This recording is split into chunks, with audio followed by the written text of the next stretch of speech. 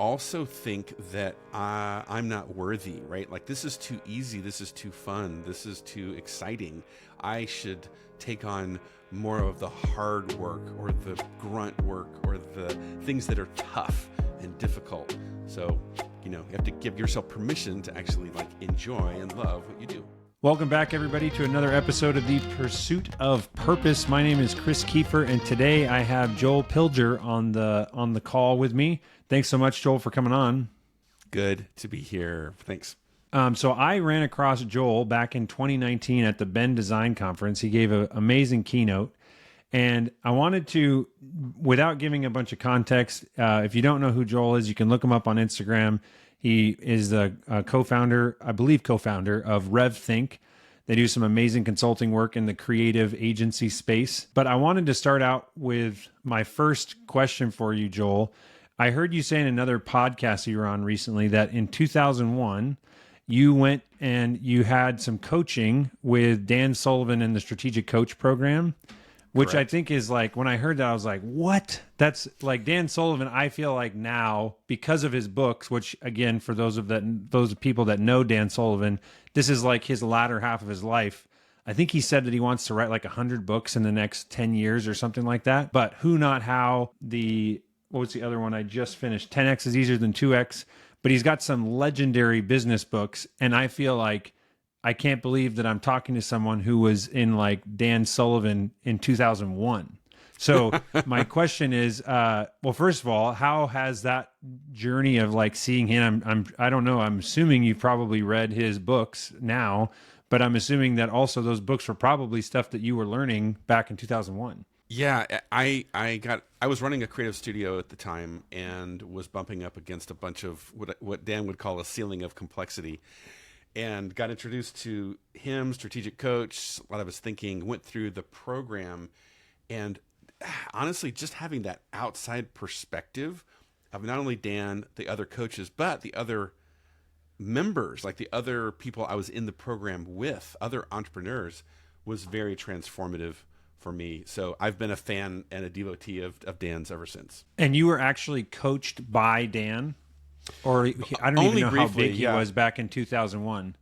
Yeah, a little bit, right? We had some interactions with Dan, but over the years, right, you have to be in the $1 million level or the 5 million or whatever now to get personally coached by him. So I'm not in that league anymore.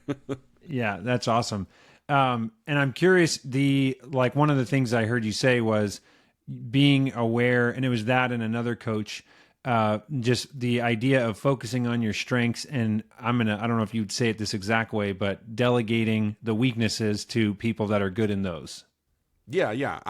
I have sort of evolved that concept in the creative space, and I teach it as identifying your genius or operating in your genius zone. And the concept basically being it's actually an old idea that comes from Adam Smith and some old, the division of labor concept we know about in economics.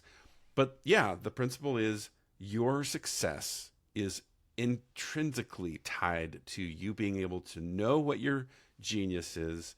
Dan calls it unique ability, but focus on it and delegate everything else. It's just absolutely critical. And most people get stuck. Big time entrepreneurs get stuck on that. And so what would you say your zone of genius is? Oh, mine is, it's teaching, advising. It's also marketing, interestingly, because it's just something that I love doing. It brings me energy, and it also produces really big results. I could elaborate on all those things, but that's the essence of it. And do you think that, because I've talked to a little bit, the zone of genius term is something that a business coach of mine has used. I didn't realize Adam Smith. I'm going to actually ask my coach about that. So it's been around for a while, it sounds like. But I'm curious, as I've talked to people about this, some people are more hesitant to believe that everybody has one, or I don't really know. I don't really have any talents. Do you, is that just flat out nope, you haven't explored or dug deep enough, or you haven't been exposed to enough things to discover it? What would you say to that? I would say, in my experience, right? I have to speak from my experience, that when I work with creative entrepreneurs, they are doing so many things. It's ridiculous. I literally had a workshop yesterday. I have about 8 creative entrepreneurs in it, and we made a list of all the activities they do to run their business. And the winner was a guy who said, "Oh, I have 43 things that I do to run my business." And then we basically processed with him to narrow down what are the 2 or 3 things that are your genius. And there's a way that we do that. It's asking the question, what do you love? What brings you energy? What produces massive results? And so you start to just get really honest about it. But I will also share this helpful little nugget. It's often the thing that you go, whatever. It's just what I do. But other people would say, "Oh, Chris, when you do that thing, dude, that's freaking, like, you do it at such a high level. You're amazing. You're incredible." And you think, I don't know. It's not that big of a deal, because for you, it's normal to perform at a really high level when you do that thing. I can speak, like, I would say literally 2 years ago, I was in the marketing director role for a painting company, and I was doing a lot of automation stuff. I have an engineering background, and I can say that that is the 100% in line with my experience, where I was talking to other marketing directors or marketing managers for other companies around the country. And it was like, yeah, so we just plugged this thing here and connected this API to that thing. And, now we're automating our data of like our click through and all that stuff. And I was just like, yeah, if you watch this video on YouTube and go do this thing, it's like, that's how we did it. We didn't hire anybody. And they're like, they go away, try it. And then they'd come back a month later and be like, dude, can you help do this? And so it was after a number of people started asking, it was like, oh, wait a minute. And then I have a business coach after, leaving my other job. And it's like, oh, I am definitely like somewhere in this weird space of analytics, data, still creative, because the solutions and automations are very creative. There's 101 ways to do anything, but it's like architecting this perfect, like, symphony of data and things getting passed around to make it all work. And then you have to make sure that it's not fragile. So anyways, 100% agree with all that. And I think it's cool to see you helping people discover that. And I guess the other thing I would build on that is the fact that it is so easy for you is also part of the reason why you finding it and living into that is you're able to do more with less energy expenditure, right? Mm-hmm. As opposed to someone else doing it. You might also think that I'm not worthy, right? Like, this is too easy. This is too fun. This is too exciting. I should take on more of the hard work or the grunt work or the things that are tough and difficult. So, you have to give yourself permission to actually like enjoy and love what you do. Totally. So another thing I heard you say was, and then we were going to go deeper into a couple topics, but the other broad thing I wanted to get right out of the gate. So your dad was an airline pilot and you got to travel a lot as a young kid. How would you say that affected like who you have become? And then the other, maybe this is the first thing you could say, is I'm curious, what is the earliest memory you have of traveling, whether that was around the country or internationally? Well, yeah, it affected me a ton, I would say, because my parents exposed me to such a large perspective from an early age. So I've always been very egalitarian, very pluralistic, meaning when you're a kid and you get thrown into a country where everything's different, right? Like, why do they do things that way? Why do they think that way? Why would they say it that way? Why is the money all shaped different? And why are the signs all in different letters and things? When you go back to America, to your little suburban bubble, you sort of realize, you know what? The way that we do everything is all made up. It's just the way we do it. So you become very like sensitive, or I don't know, open and considerate of, you know what? There are 1,000 different ways you can do life. And there's 1,000 ways that something is good, something is better. It's all just opinions. There's not a lot of like, oh, this is the right way to do life, the wrong way to do life, the right way to do government, the wrong way to do government. Like, it's all opinions. So that was a big part of, I think, what that did for me. In terms of earliest memory, I'm thinking of the first time my parents took me to Europe. And I can remember being there for several weeks. We were in the UK, we were in Germany, and it was a really eye-opening experience. And probably the most fun memory I had was that sticks out to me. And I would have to say it is the first trip I went to Europe. I remember we were staying at a hotel in London, and for some reason, during the time that everyone was, I don't know, downtime, I said, you know what, I'm going to help people with their luggage. And they started giving me tips. And before I knew it, I had like a part-time job as a bellhop at this hotel, helping all these Brits come in. And they were like, oh, look at the cute Yankee boy. He's going to help us with our luggage. And I'm getting shillings and all this sort of stuff for my...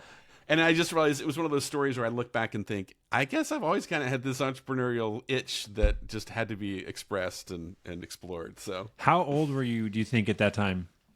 I think I was 6 or 7. Okay, yeah. Because the reason I asked that question, we have a 6-year-old, 4-year-old, 2-year-old, and a 3-week-old. But Natalie and I love to travel.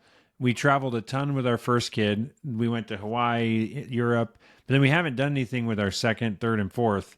And we still are like, we want to. And I heard somebody the other day say, which was in line kind of, or echoed what I heard you say, which is your kids, like, whether or not they remember like the trip, you are still impacting their development as in their experience of how they interpret the world. And I love the examples that you rattled off of like, why are the letters different on that sign? Or like, why are they doing that? Like those things, like kids are asking why all the time, but you get like, I guess my assumption is that my kids, like they stop asking why about the street signs. Cause it's just like adults, right? It's the purple cow thing, right? If it's just the way that it is, then you stop looking at it. But I feel like potentially what's going on there, this is me trying to put like a different spin on it, is the kids are for a longer period of time at a younger, highly developing age, asking why about the same stuff that maybe they already asked why about, and they wouldn't traditionally if they were still in their bubble. Yep. But anyways, yeah, I'm curious if you have anything else to add to that. I would just add that I think there's a tendency, I've seen some people, the way they parent, to say, oh, I want to create like safety and security, and I don't want my kid to, suffer any harm and all that. And I get the intention behind that. However, the other side of that coin is I found a tremendous value in the way I was raised, the way I raised my daughter, to teach. My daughter was taught to be flexible, to be dynamic, to like figure stuff out. And not everything is just the way it is because it's the way it is. And that's served me well through life. I think it's served my daughter well as well. That's awesome. So getting into like your areas of expertise, one of the things that you talk about frequently, and you've got some great episodes that you've gone deep on this, but pricing and pitching. I'm curious one thing in particular we could dive into, and you could expand out if you want. But I heard that you say that not always, but frequently you will suggest you give like a conservative, a middle of the road, and then like a give me all the money that you have and this will blow your mind. Okay. Kind of give the when to go with one idea versus a couple, or even like coming into a pitch with like multiple options, the good, better, best type thing. Okay, so I'll answer that question because this is one of my favorite topics, by the way. Within the context of the people in my industry, right? These are creatives. They run a business. They're going to a client who says, hey, we have this project. And my client, let's say the creative studio, is trying to figure out, well, what's the budget and what should we charge, right? This is a common problem. Anyone listening, you're pitching, you're proposing, you're bidding, whatever, on a project, and your client is wanting to spend as little as possible, but they also want the best possible result.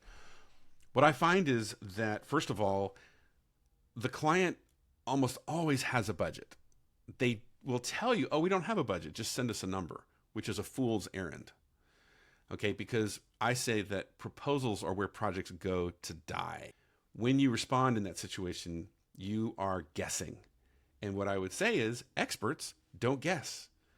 Experts diagnose and they prescribe.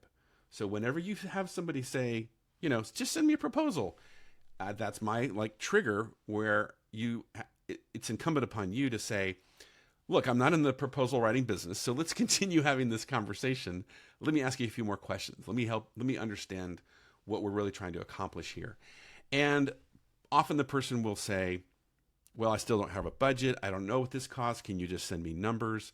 And when you can't get a number out of somebody, sometimes they'll give you a range, but often they'll just say, I'm sorry, I don't know what the number should be. Can you please send me a bid? I would generally say, let me get with my team and come back to you with some ideas. Hang up the phone. I walk across the room. I pretend like I'm having a conversation with my team. Maybe I do, maybe I don't. Call the person back in an hour and say, okay, based on everything you told me, I think there's like 3 ways that we could potentially tackle this problem you're trying to solve. And I'm going to use the words gold, silver, bronze just for convenience, right, as labels. Yep. And this gold idea, by the way, it's probably way more than your budget because it's $200,000. But check this out. If we do this, it would be this, that. And the person is like, oh, whoa. You're like, it's okay. The silver approach is more like $150,000 and it's going to look like this and do that. There's another thing called bronze. I'm concerned it's not really the best solution, but it would totally solve the problem. It's 100,000. It looks like this, that, and the other. Which of those sounds like the direction we should go in? What you'll find is you'll always get a response. No one will say, I don't know, send me. Still. Yeah. Right? Usually the response you get is, oh my God, I had no idea who I was talking to. I have $10,000. And you say, well, you know what? Okay, we just saved both of us a lot of time. It's nice to meet you. Let me refer you to a freelancer or somebody who can maybe, help you on that kind of a budget. But usually you get an answer of something like, oh my gosh, I love that gold thing you talked about, but I really can only afford something in that silver range. And what I tell people, because people are like, oh, what do I do? What do I do? I say, you celebrate because now you know the number. Yeah, now you know the number. That's the whole exercise. Once you have a number, now you have something to work with. And you're eventually going to get the conversation to a place where you are seeking alignment, like on the phone, on Zoom, called, okay, so for your 150,000, we're going to do this, you're going to do that, and here are all the parameters. And when the person says, yeah, I guess so, can you send me a proposal? You say, well, if I send you that proposal, are we good to go? If there's any sort of, well, we'll see, it's like, look, what else do I need to answer for you right now so that when I send this to you, we're good to go? Like if there's an objection or a concern, let's address it. Because the proposal is the verbal conversation, right? It's not a piece of paper. The piece of paper is some sort of codified, right, manifestation of the verbal agreement that you're reaching with the person.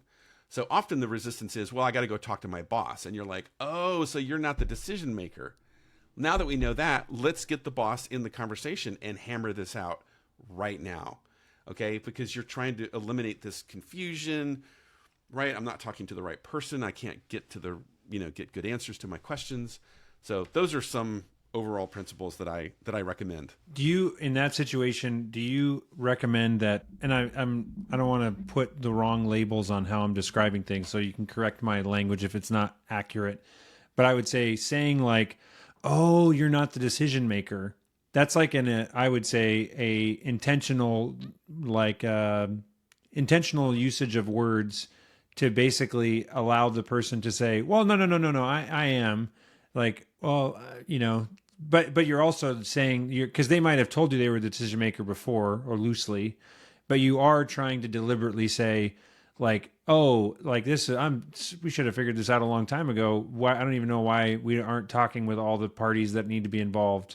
And it's just kind of a hard line in the sand of let's get everybody here before we continue because this is how I operate. Is that correct? Yes. And I'll even sometimes recommend that a creative agency even pull the policy card, meaning, well, look, when it comes down to it, us presenting our ideas and our proposal and our solution, we have a policy that we can really only have that conversation with the decision maker. So let me know when we can get that call scheduled. I really look forward to meeting your boss. And by the way, of course, I'm going to make you look great and you're going to be the hero. So have no worries.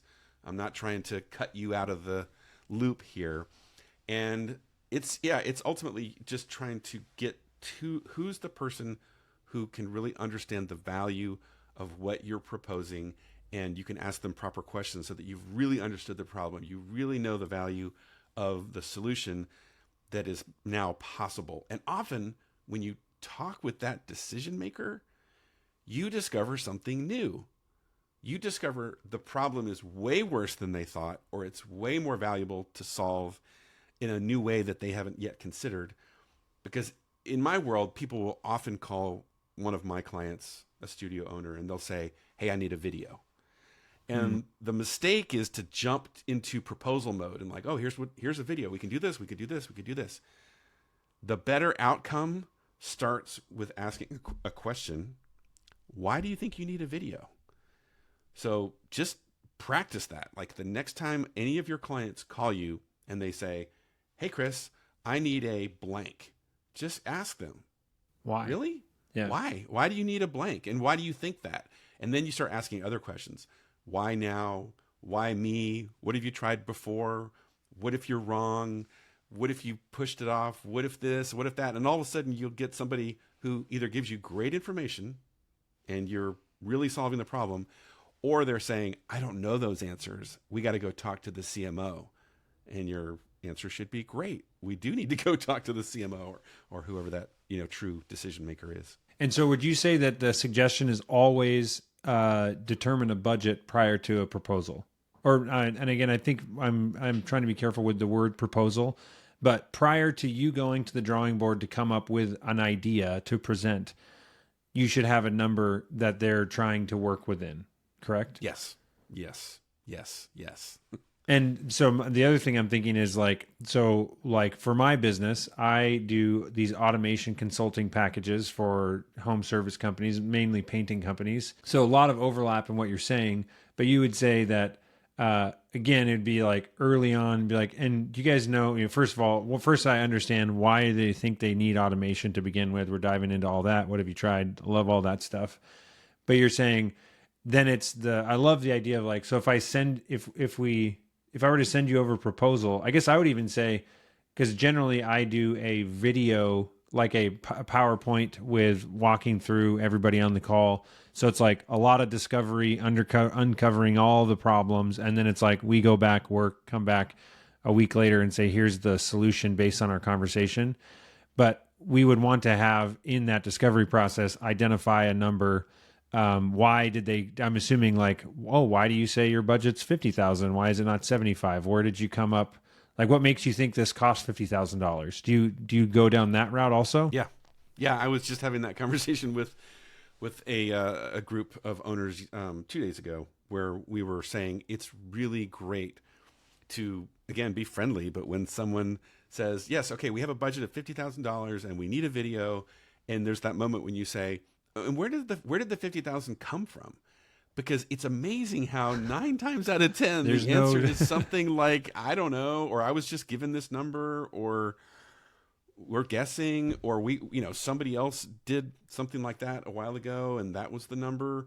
It's like, okay, good to know. It's just great information to help move the process forward, because ultimately I would say this, it's your job to guide the client to the proper budget, because once you help them see the value of the solution, what you're really doing is saying, hey, I see an outcome or a result out here that's worth $500,000, and a good investment to capture $500,000 is $50,000. There's some sort of a, right?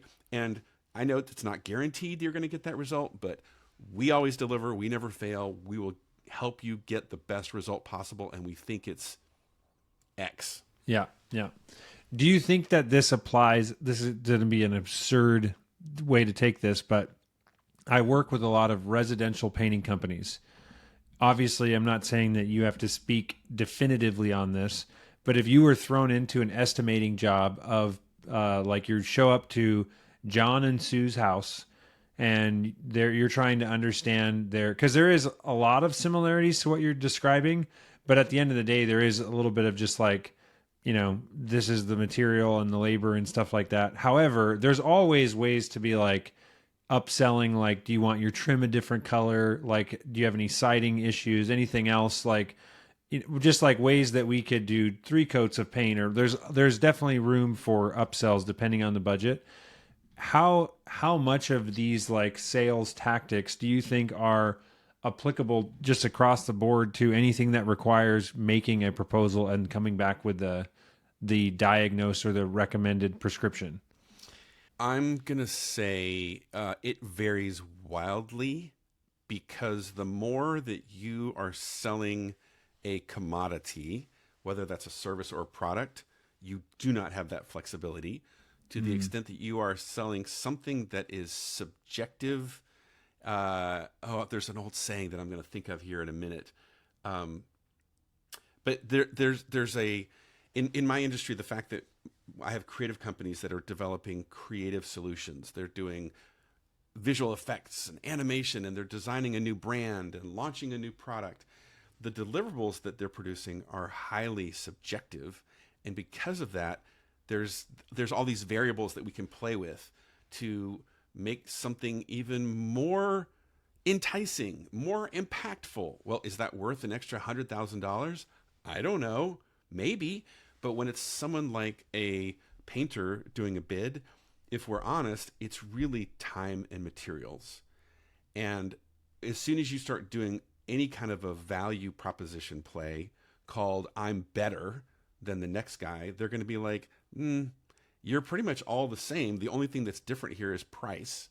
And sure, yeah, I can pay you more. You're upselling me on paint the trim. Sure, I can do that. But the next guy can also do the trim and charge me more. So there's not a big differentiation there. Yep. And what about I would assume, and I kind of like the idea of using this as an analogy, the goal is to get yourself out of selling a commodity, regardless of what you do. Any way possible, find out how you can be unique, different, specialized, niche, to be like, we're unlike the rest, correct? Yeah, absolutely. Your goal is definitely to be irreplaceable. And the other thing I would say is to get out of the commodity trap. So a simple rule of thumb is we call it the value pyramid inside of my consultancy. And that is, imagine all of the commodities that you might currently sell. And that could be, it's things like you sell your time, you sell equipment, you have office space, you even just have bodies that you throw at things, right? These are all things that are easily replaceable, and just you're buying them based on price. When you start combining those things, you'll often combine them into something you call a service. Service is more valuable because you've done the work of finding those combinations to create something that's more valuable. Well, now if you have multiple services and you combine those, now you're creating something more like an expertise or a strategy. It's more sophisticated, it's more complex, but you've created that offering. And then if you combine multiple expertises, you're even getting up into something like vision, where you're creating a category that didn't exist before, and there's only one place to get it, and it's the one, it's like a monopoly almost at that point. So I would just encourage people, if you're selling commodities, find a way to combine them in a new way to create a new service or a new product. And then, so just go one step up the pyramid whenever possible. If you're in the service business, can you make an expertise? If you're in the expertise business, can you? So it's just trying to put those puzzle pieces together. Yeah. Yep. Bingo. One of the other things I heard, which I thought was awesome, is you said, and I think I'm quoting this correctly, but you want to take every dollar your client has to blow their mind and create something that they never could have created on their own.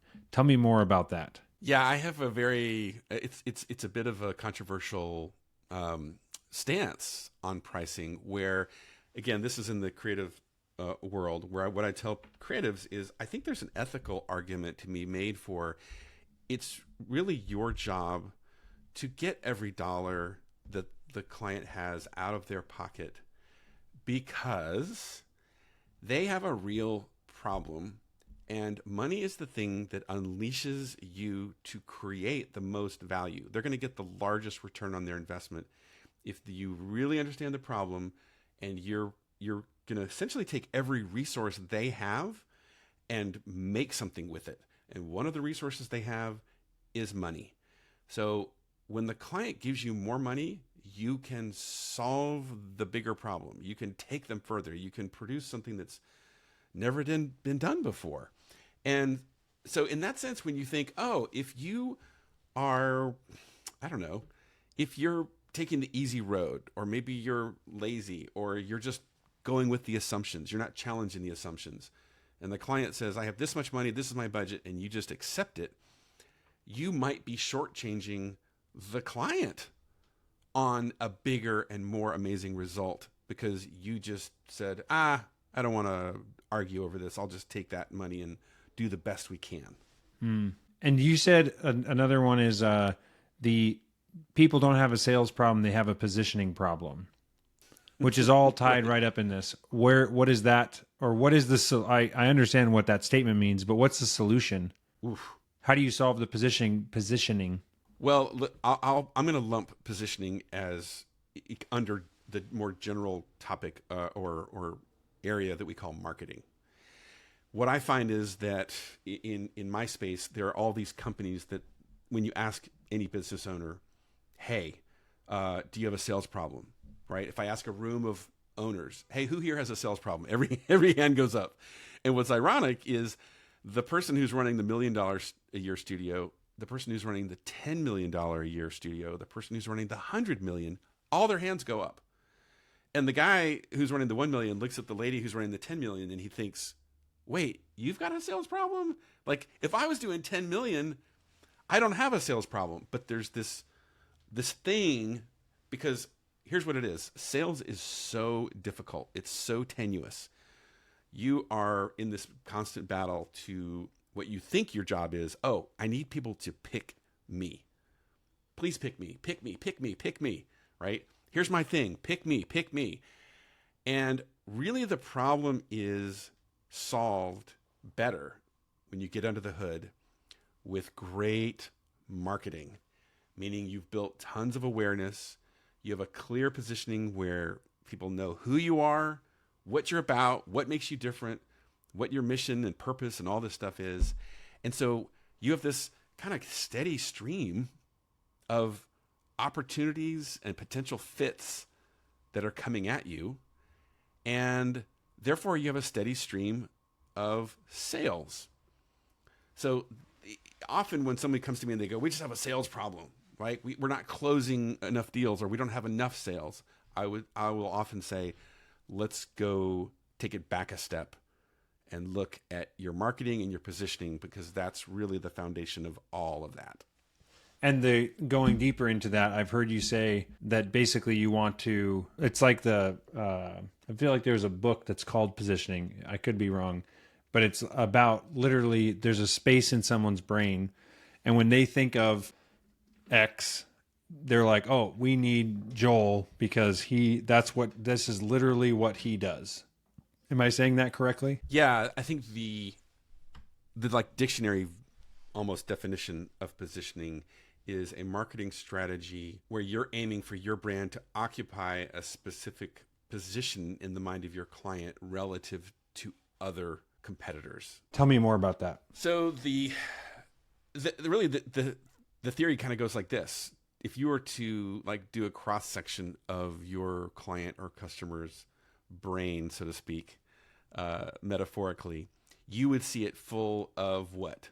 I got to pay the bills. I got to get to work. My kids having trouble in school.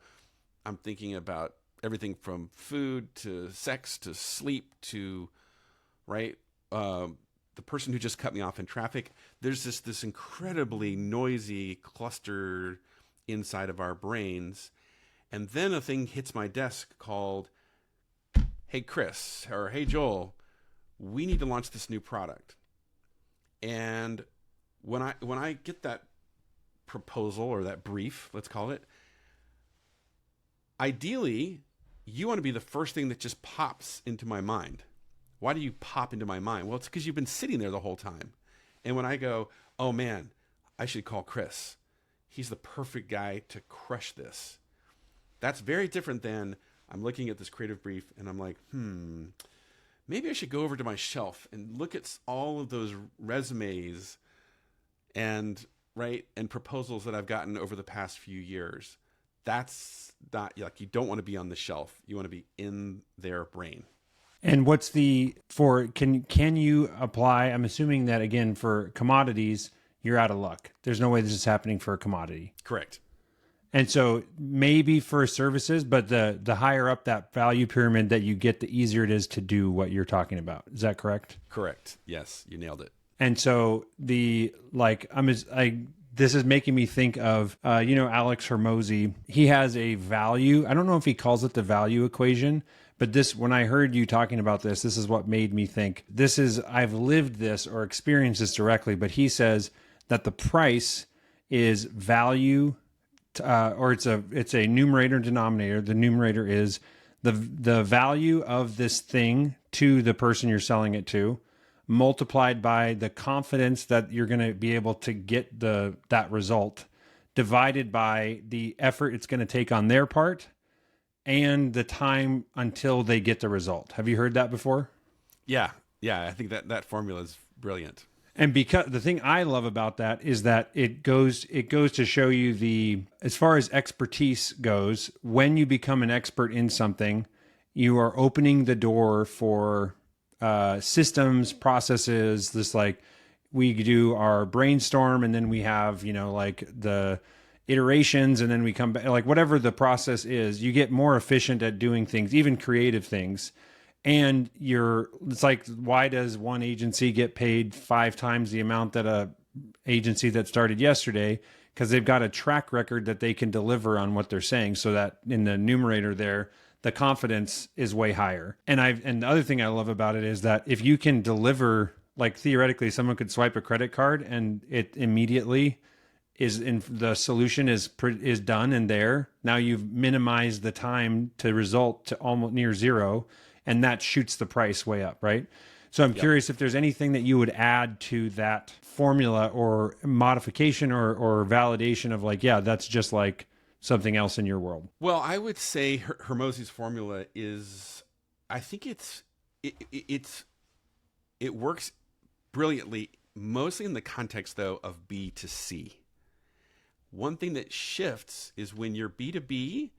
Okay, so imagine you are, let's say, a associate director of marketing at a big brand, and the CMO comes to you and says, we've got to launch this product, get it done, get the message out there, go. And here's the creative brief, here's the initiative, whatever.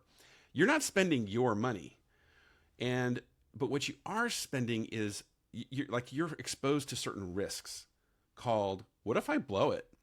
What if I waste all this, my company's money? What if we don't get to market on time? Like, there's all these, like, I have this responsibility, I've got to fulfill this. So the dynamic shifts a little bit.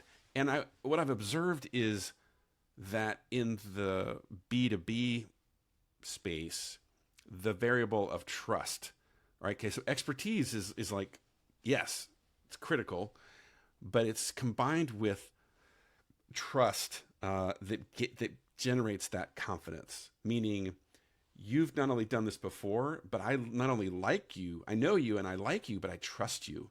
And that is often the tipping point of, you're the right vendor, you're the right agency for me to award this $400,000 initiative to. It's very different than if you're buying, a $40 gym membership, say in Hormozy's formula. Yeah, totally. So yeah, I like that. I think that I'll jump to the other piece that I think is fantastic here is you mentioned that you deliver the result.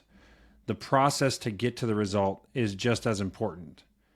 So you can't just I'm trying to think, there was a real estate investor that I just heard yesterday speak on talking about your, fundraising and gathering other people's money.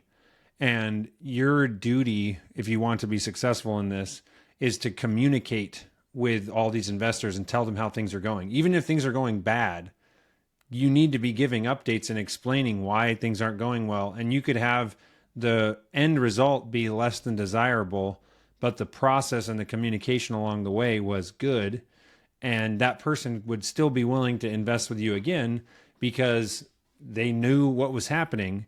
And so I'm thinking that I guess I'm assuming that it's the same thing going on psychologically or whatever inside of the client's head or the investor's head of just like, this is an enjoyable investing experience because I'm not left wondering what's happening. Or likewise, if I'm working with a creative agency and we write the check and then I haven't heard anything and all of a sudden the deliverable shows up, even if it's amazing, that's not a great process because I'm just like, what the hell happened in 3 months? Like, did you guys, like, where did this come from? There's just so many questions. And it doesn't also, I guess there's a part of me that feels, I don't know if you would agree with this, but people want to be involved to the level they want to be involved. And if you didn't even give them a chance to be involved, you could be really screwing up future projects with them because they're like, what do you like this isn't, you know what I'm saying? Yes. Well, in my space, there are many creative people that are so convinced that they're being hired to produce the project, they forget that they're actually being hired to produce the process as well. I learned this the hard way because when I was running my creative studio, we did this project for Ford, working with their ad agency, and it was this amazing spot, 30-second commercial. It was all computer animated. It was very groundbreaking, and I was just down in the weeds getting this thing done. Oh my God, it was so hard. It was so new technology and new software and all this kind of stuff. Spot gets done. It turns out great, and I remember the creative director from the agency calling me and saying, Joel, just want to say the spot turned out great. It turned out awesome. And I was like, yes. And he said, and we're never going to work with you again. And he told me point blank, man, that process was, I couldn't sleep. I have gray hairs. I'm just want to let you know, man, like your work's great, but we'll never work with you again. And I was just thinking, like, I equate it to, imagine if you got on a plane that was going to go from New York to Los Angeles, and the airline just says, well, as long as we get you there, what do you care? But guess what? If it's like turbulence and it's a mess and it's noisy and the experience is horrible and you're worried that the plane may not make it there, are we going to run out of fuel? This whole idea of like, well, hey, we got you from point A to point B. That's the deal. That was the assignment. You're really missing the point. I love that. So did you say you're selling the process, not the result, or what was the tagline? Oh, the there? project. Yeah, not the project. Meaning the process, not the project. You're selling the project, but the process is arguably even more important than the end result, the project. Totally. The last one I think we have time for before we go books and questions is the art of diplomacy. I was like, I need to commit this to memory. I want to say it, but I'll let you say the tagline because it's amazing. What is the art of diplomacy? The art of diplomacy is it's a hard learned lesson, and I call it's the art of telling the client to go to hell in such a way that they are looking forward to the trip. So what this is this is part of what we have to learn and master. Is we're not in business to cheat people or to screw people or anything. We are genuinely good humans trying to do good in the world. So once you gain enough confidence that you know what the hell you're doing and that you actually know more than your client, more than your customer, you realize, oh, it's my job to guide them and lead them, maybe often against their intentions or wishes or momentary whims or whatever it is. So it's just like if you went to a doctor, right? And you said, hey, doctor, I got this big pain in my side. Give me a bunch of ibuprofen to make this pain go away. He's probably going to gently tell you to go to hell as he properly says, schedule an appointment. Let's do a diagnosis. And by the way, I'm going to prescribe you an appendectomy. And by the way, I just saved your life and you're welcome. So there's a posture of confidence of, hey, I know you think you're just barking out orders and that I'm some sort of order taker, but no, I'm actually an expert. I'm a professional. And the reason you came to me is because I'm the expert. So let's slow it down a little and let me do my work. I love that. I think there's I feel like, I just have to go down deeper on this would be what is the suggestion, or how does someone practice saying that? Because I would say that I've been in a situation with clients where it starts out good, they're enjoying the result, and then all of a sudden they start making almost demands of like, we're going to do it this way, we don't like this, we're going to, but it's never like, it's like the frog in the boiling water. It always starts with like, I guess we can do it that way, whatever, it doesn't matter. And then it's another one, and then another one. And then at a certain point, I feel like, okay, I don't know how we got here, but this seems so out like of what we even set out to do. I don't know what or how we got. I mean, I know how we got here is because I didn't say this earlier, but what is your feedback or suggestions on how do you, it's almost like you don't want to make too big of a deal out of a little tiny like critique and be like, hey, I'm the expert. And they're like, I was just curious, But like, if you don't do that, I almost feel like you're at risk of going down the path where now it's like you almost blow up the project because you didn't stand your ground earlier, if that makes sense. I'll try and make a really crisp answer. What you have to do is, of course, understand the deeper problem, create a roadmap, and basically inform the client of here's the process we're going to be going through. And there's often a calendar, right? It's not complicated. It's a schedule with milestones and approvals and all this mapped out. But the trick is this: you have to anticipate everything in advance. So you're always telling that client, hey, remember, 3 days from now, we're going to be doing this and you're going to be doing that. And remember when I told you at the beginning of the project that if we get off track, here's what's going to happen: overage, change in scope, delays, whatever. I'm warning you so that we can stay on track. And then when you have those milestone meetings, you're always saying, this is where we were, this is where we are, this is where we're going. Because it's managing the expectations so that anytime the client goes off the rails, you can quickly say, hey, let's take a look at that. Remember, we talked about that. I'm happy to go off the rails if you want to spend more money. Do you want to spend more money? No, I don't want to spend more money. Of course you don't. So let's stay on the plan. That's the easy answer, the short answer. Yeah.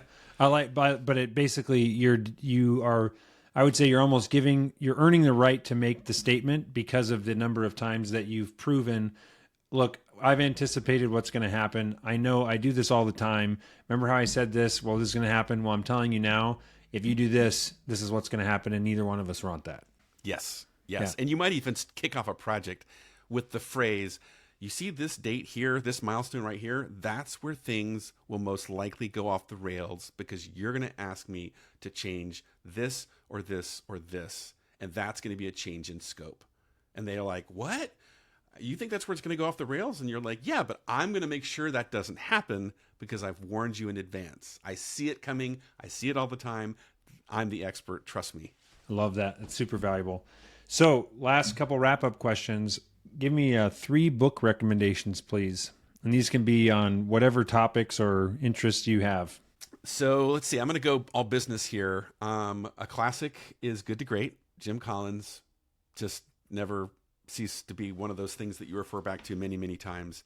My other favorite one this is maybe from 20 years ago that I'm rereading all the time is Never Eat Alone by Keith Ferrazzi.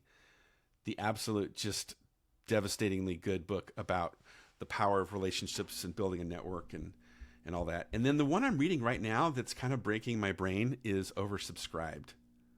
I don't know the author, but man, he's it's that idea of how we use we put out signals and we receive signals from people in order to create generate scarcity and to basically build a business that's always at capacity rather than constantly starving for sales. Daniel Priestley, does that sound right? Yes. Yeah. Daniel Priestley. Yep. Thank you. Oversubscribed. Interesting. That sounds super fascinating. But basically, it's like the supply and demand. You want to make sure that the demand is always high. Yes, and the supply is restricted or something. It's under your control. Yeah. And give me a movie recommendation. What's your favorite movie? Ooh, well, I've got a whole list, but for some reason, when you were telling me that you were going to ask me a favorite movie, I thought of Castaway, which is Tom Hanks and directed by...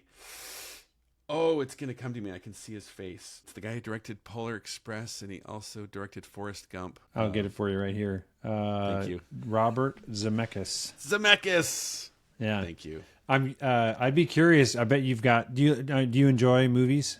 Oh, yeah. I have to share this with you just because I would say I would not consider myself a film snob. Like I'm not like I appreciate good photography and stuff, but in general, I just want to be entertained. I'm looking for some action, some humor, whatever, just like a good movie, good use of my time. And there's only so many of like the really big name like movies that are the blockbusters. You get through those, and then you just have this massive list of movies. So a friend of mine and I came up with this thing. This was back when we were in college.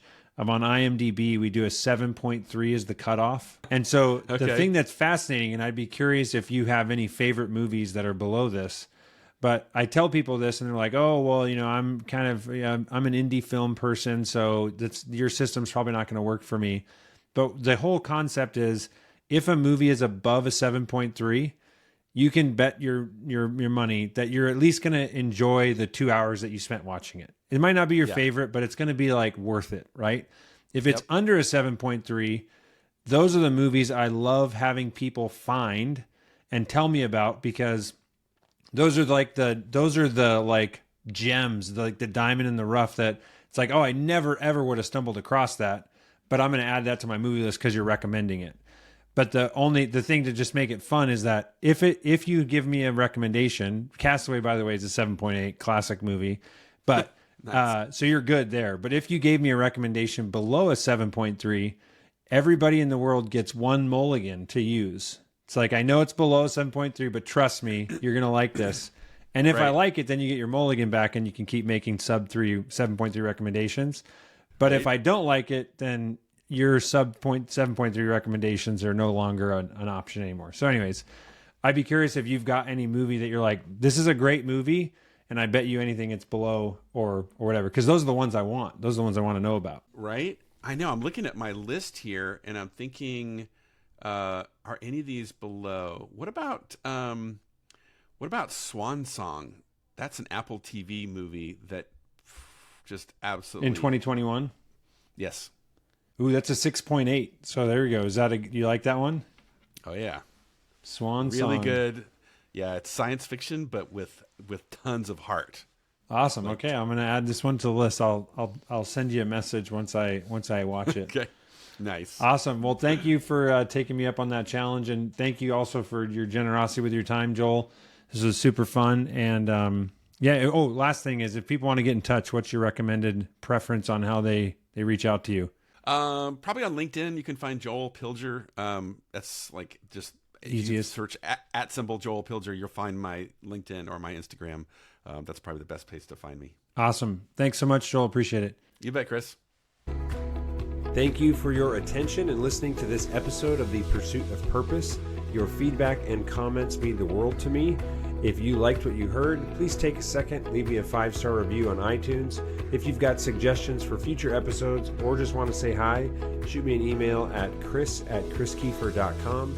Don't forget, I make it a point to include all the links to the books, movies, and resources mentioned on this episode in the show notes. You can see those directly below in the description or on my website, chriskiefer.com. Thanks so much, guys.